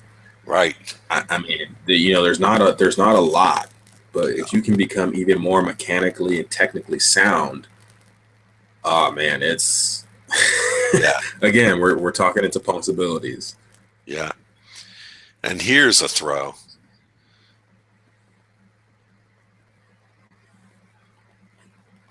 I mean, this is the type of throw you see on mainstream media on draft day all the time. Ron Jaworski is going to be on ESPN talking about how Paxton Lynch can just rip the ball and how he throws lasers, to the left sideline, like that. And he does, and it's a beautiful play. But that is your typical mainstream media look. He's got a strong arm. I guarantee you, I would if I was going to see, I'll say it now, like, I know you're going to agree with me, but I would bet someone lunch that's going to show up on an ESPN draft package highlight for Paxton Lynch sometime during draft season, as one of those special, let's show what he can do type of things. Oh yeah, I mean, you can literally say that there was a trail of smoke coming off of that throw, and everybody said, "Oh yeah, totally." I mean, that's the Todd McShay, Mel Kiper, Ron Jaworski. That's the montage, the Mike Mayock, where this is the play where everybody says, "Okay, he has an arm." Yeah, and hey, good. And you want it. You want that. That's exactly what you want. Now, to me, this is the play that I love. This is my favorite play of the game, probably of his, because what you have going on here. I mean, I think it's a nicely designed play. It's a fun play design, because you've got this kind of read option, play action, jet sweep thing going on. And then you have 3 crossing routes you have a drag route here by number 40, kind of after he blocks in and peels back out. You have the backside tight end coming around on a crosser, and then you have the outside receiver on the right coming around on a deeper level. And I love how how Lynch.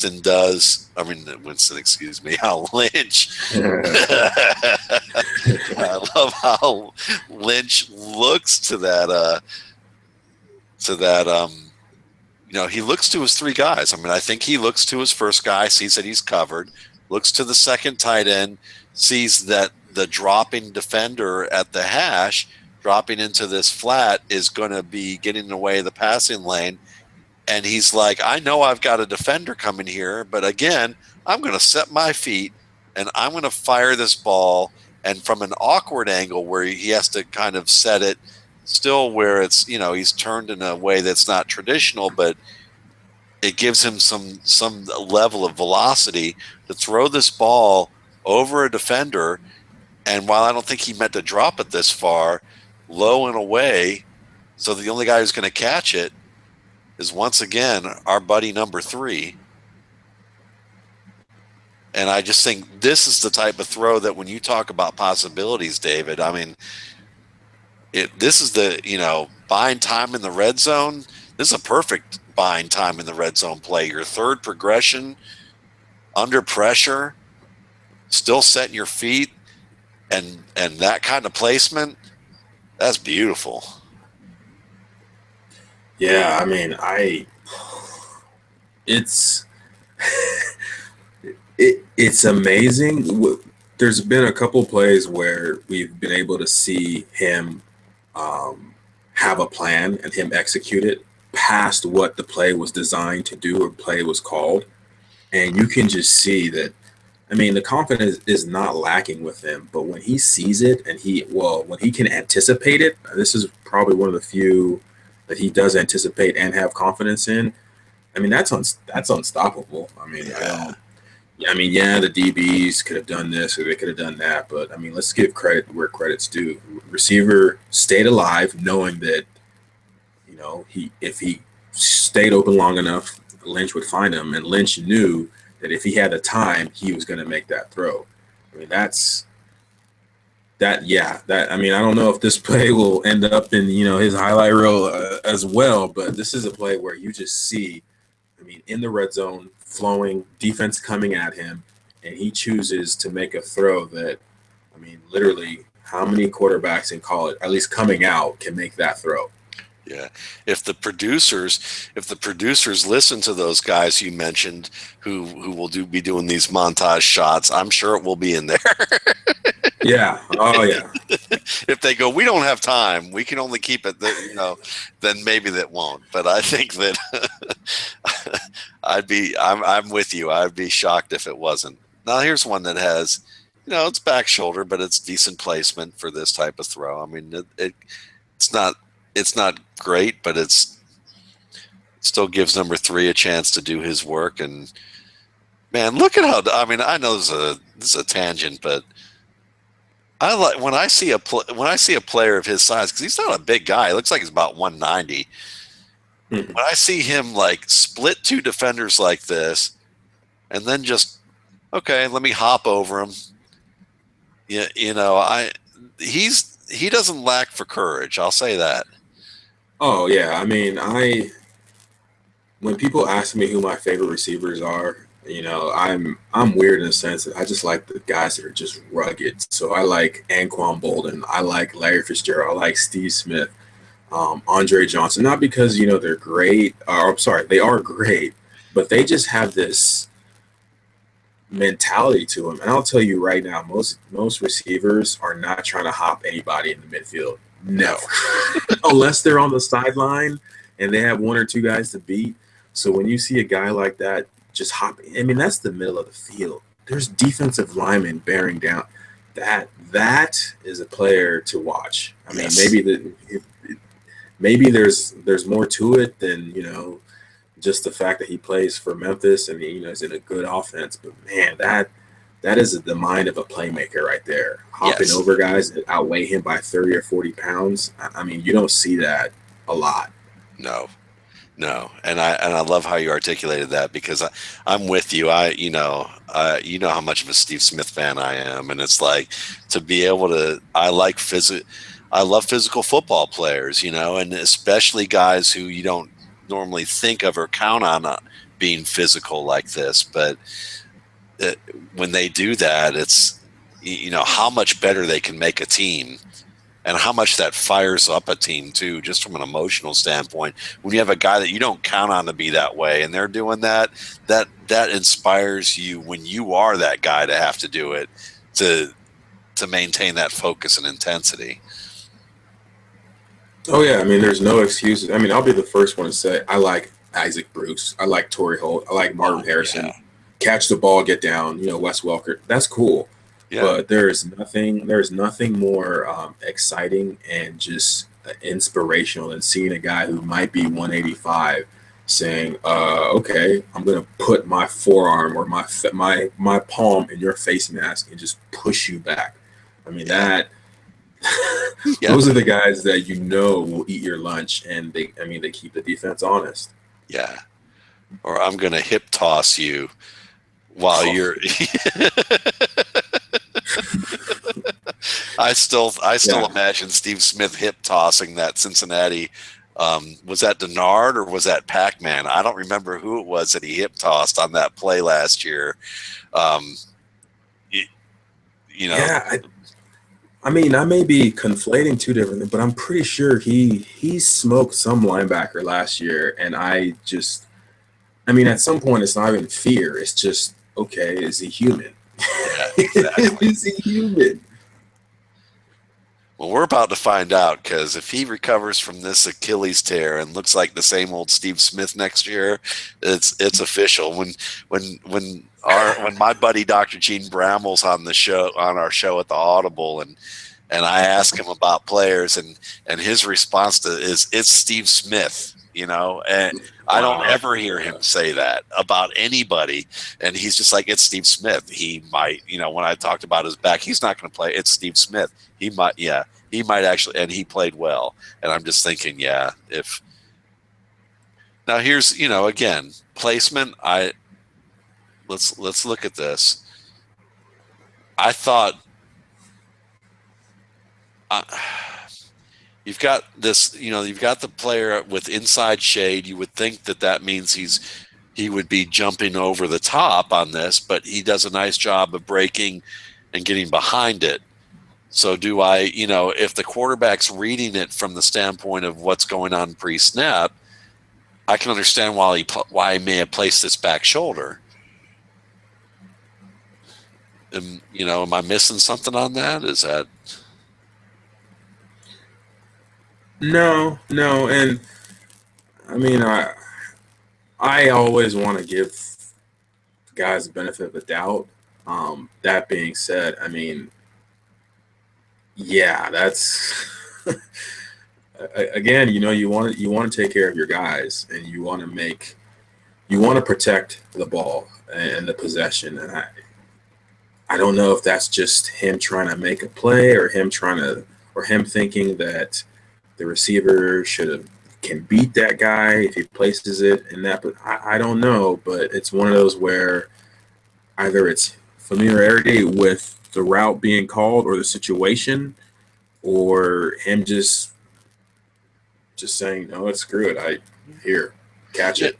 Yeah, I just don't know, because I'm looking at it pre-snap, and I think he made the right call with the placement on this one, because he's playing inside here. But then, because I would think if he was being kind of arrogant about it, he'd be throwing it, leading him into the defender, placing it front shoulder where this position is. But the defender, he ends up driving it in a way where he actually ends up attacking that back shoulder really well. I'm more inclined to say the defender made a really good play here, and the throw being at back shoulder was an attempt to try and protect him based on the position of when he released the ball.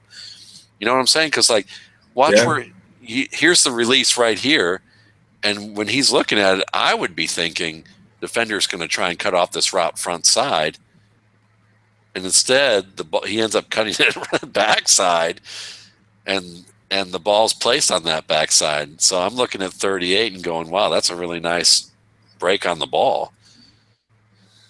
Now, could you say that the receiver could have sold that route or told a better story with that route?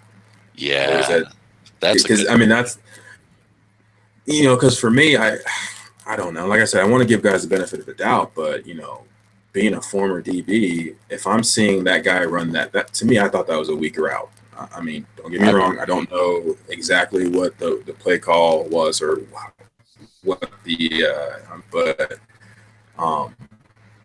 yeah, I mean, I think you're right. The DB made a great play on it. At the same time, I think the receiver could have did a slightly better job with his route.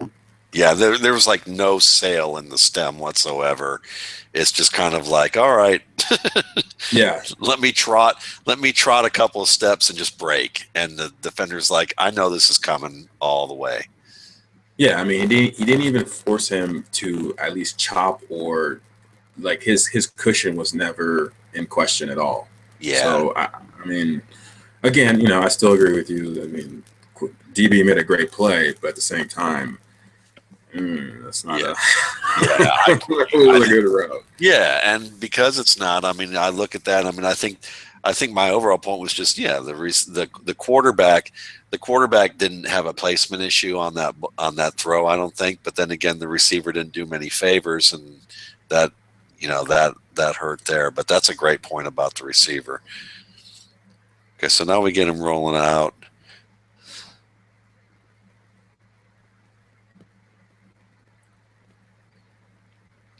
Not bad. When he sets his feet and throws, he's, I feel pretty good about his accuracy when he gets to do that.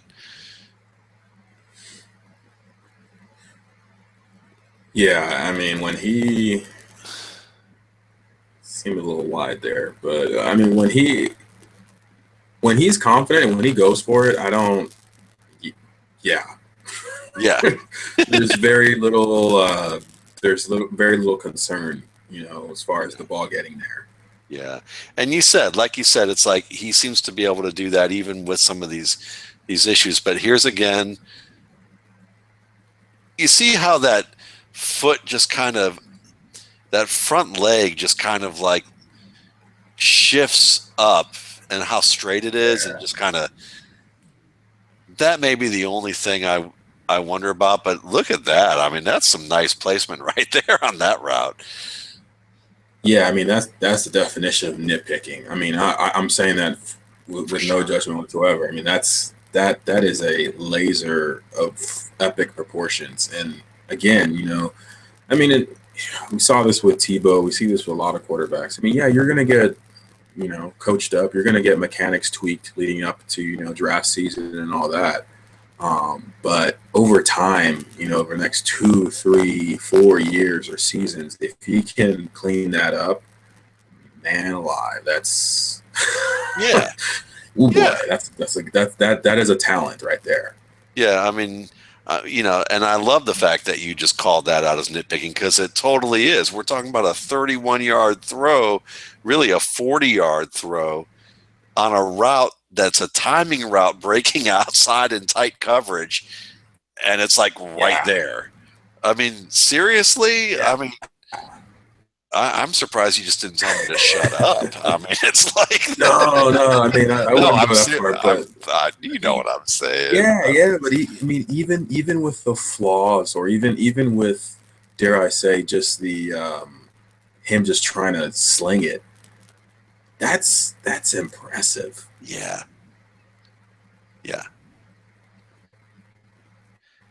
Especially, and he's coming off of a roll to his left and throwing back to his right. Just to get into position like that still, I mean, that's all good. Yeah, I mean, and the other thing too is I don't see a whole lot of reads and progressions built into their offense. So for him to be that decisive on a half roll, where we made the comments earlier as far as pressure, or anticipating a hit. Yeah, I think there's a lot of things that are coachable and adjustable on this guy. If he can do that, then there's a lot of room for upward growth and potential. Yeah, it's a great point.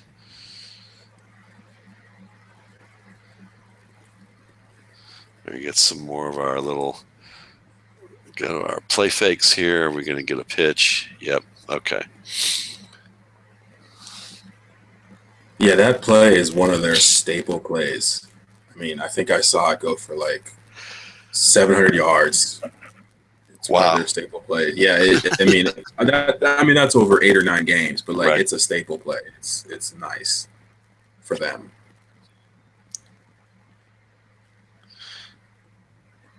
All right, so now we get some pressure off the left. Knows where he's going.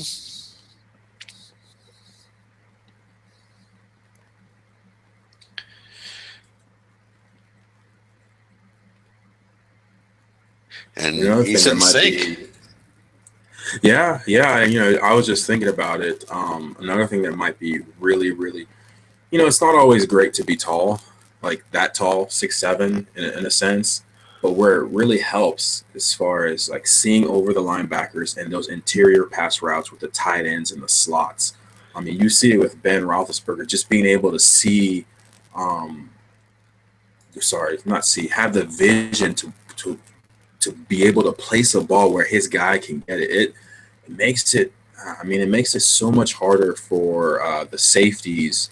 It makes them be more honest. It makes all especially the nickel defenders, the guys in the box, it makes them be a whole lot more honest than they would normally have to be, because he can see that and he can get it there.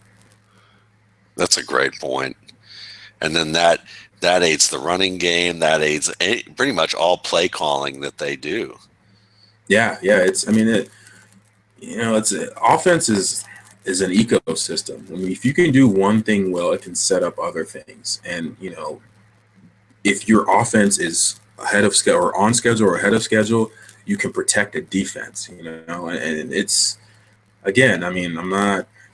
It's early. It's really early, but I mean, I really like his skill set in the sense that there's a lot that can be built on top of it. Not just, that needs to be polished, but there's a lot that can be built on top of it.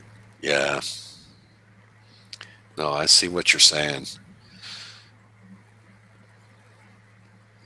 I actually like the quarterbacks in this class a lot. Not in the way that I liked the top 3 last year, but like you said, there's warts on a lot of these quarterbacks. But there's a lot of things about at least 4 to 5 of them right now that I'm looking at, and I think it's going to be fun to see who develops out of this group. There's just some. Each one of them does something kind of cool, or does some things really well that are projectable if they can shore up other issues. Yeah, yeah. I mean, I mean, I'm new to draft Twitter. I mean, maybe I'm not even in draft Twitter. I don't even know. But I mean, I've heard a lot of dissenting comments about this year's quarterback class, and I mean, for the most part, I've watched a good chunk of the guys who are at least graduating or will declare. And I mean, I think that there is a lot of 3 to 4 year down the line guys where you're going to be like, wow, why did he get drafted so late? I mean, there's gonna be a handful of guys that have skills and have the professionalism to make it stick. And they don't look too great right now, or they play in inconsistent offenses or what have you. But I mean, I agree with you. There's at least 4 or 5 guys. Well, let me not number it to that number, but like there's guys that can be NFL starters. Yeah. Yeah, I'm there with you. It's interesting. I mean, I've been kind of testing a new scoring system for the way I evaluate for the past few years, and this year will be the first year that I actually unveil it for people to see. I did it last year unofficially. I didn't show people the score, but I based my rankings on players using the updated version of that system.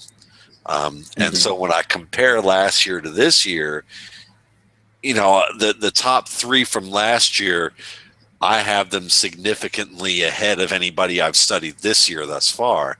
But where those guys are this year, there's a larger group of them from what I can see thus far, and I still have a lot more to look at. But if it holds up the way I have it right now, there's a larger group of guys in this tier that would have been the middle tier last year, but are in the top tier this year who, like you said, I think that have that developmental capability. Well, look at that. That's a nice little throw. Yeah, I mean, he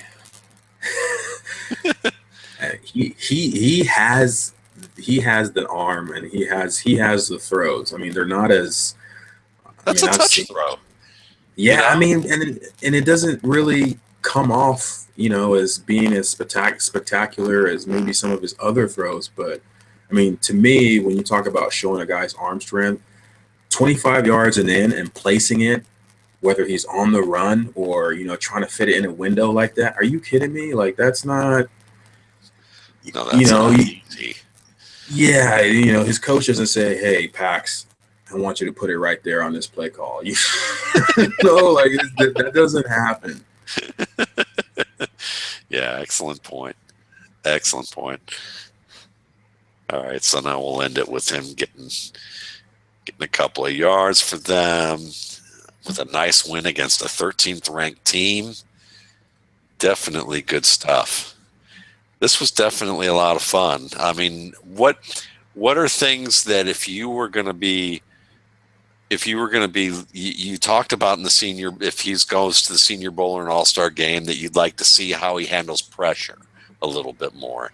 Is there anything else that you think of that you would like to see from him as you begin to watch more tape? Or that as you've watched tape in these games, that you didn't talk about here, or you want to talk a little more about that you did see that that you think is just notable for people to understand about this guy?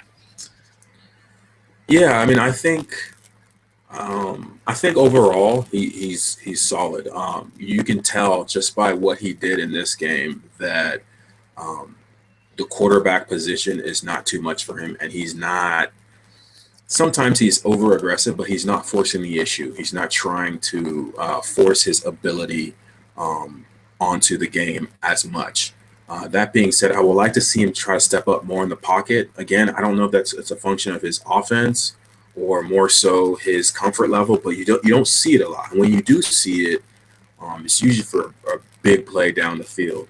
The other thing that I would like to see, I don't know how much reading or progressions they've asked him to do. When he does it, when he did it in this game, I mean, you're just like, why don't they do that more? I don't know if that's a function of his limitations or just as I like to say, it's funny how in college the offensive coordinator, head coach, whatever their role is, you either fit that system or you don't. You do not deviate from that system. Unless you're Chris Winkie, 28-year-old quarterback, who has the most trust of your offensive coordinator, head coach, 15 years ago, you don't really deviate from that too much. But I mean, honestly, I want to see how he deals with pressure and if he can make more progressions reads, because that's something where, I mean, it's just like, dare I say, playing a guitar or learning a language. You got to be immersed in it. You got to be doing it to be fluent at it. You can't just, show it in week 2, show it in week 7, sort of show it week 10. I mean, you got to be doing it on a regular basis. I mean, I think of guys like Tom Brady or Drew Brees, their movements. I mean, these are older guys, their movements in the pocket and their ability to read or honestly to set defenses up. To me, it's fascinating to watch. I mean, I can watch highlight clips all day, of their touchdowns and their 500-yard performances, but I love seeing a 38-year-old quarterback set up a front seven and manipulate them with his eyes and him dipping his shoulder once or twice. That to me is that is true art. So if he can work on those things in the postseason, the All-Star season, I mean, I think we can both say that somebody's going to reach on him. I mean, there's no way, seeing what we've seen, that he's not going to get reached for. But those are things I want to see him work on. Yeah, and I think the hope is that he gets the time to sit behind somebody and learn, and that way he doesn't get either the partial learning that, say, Jay Cutler got, or he gets thrown into the fire the way Blaine Gabbert got.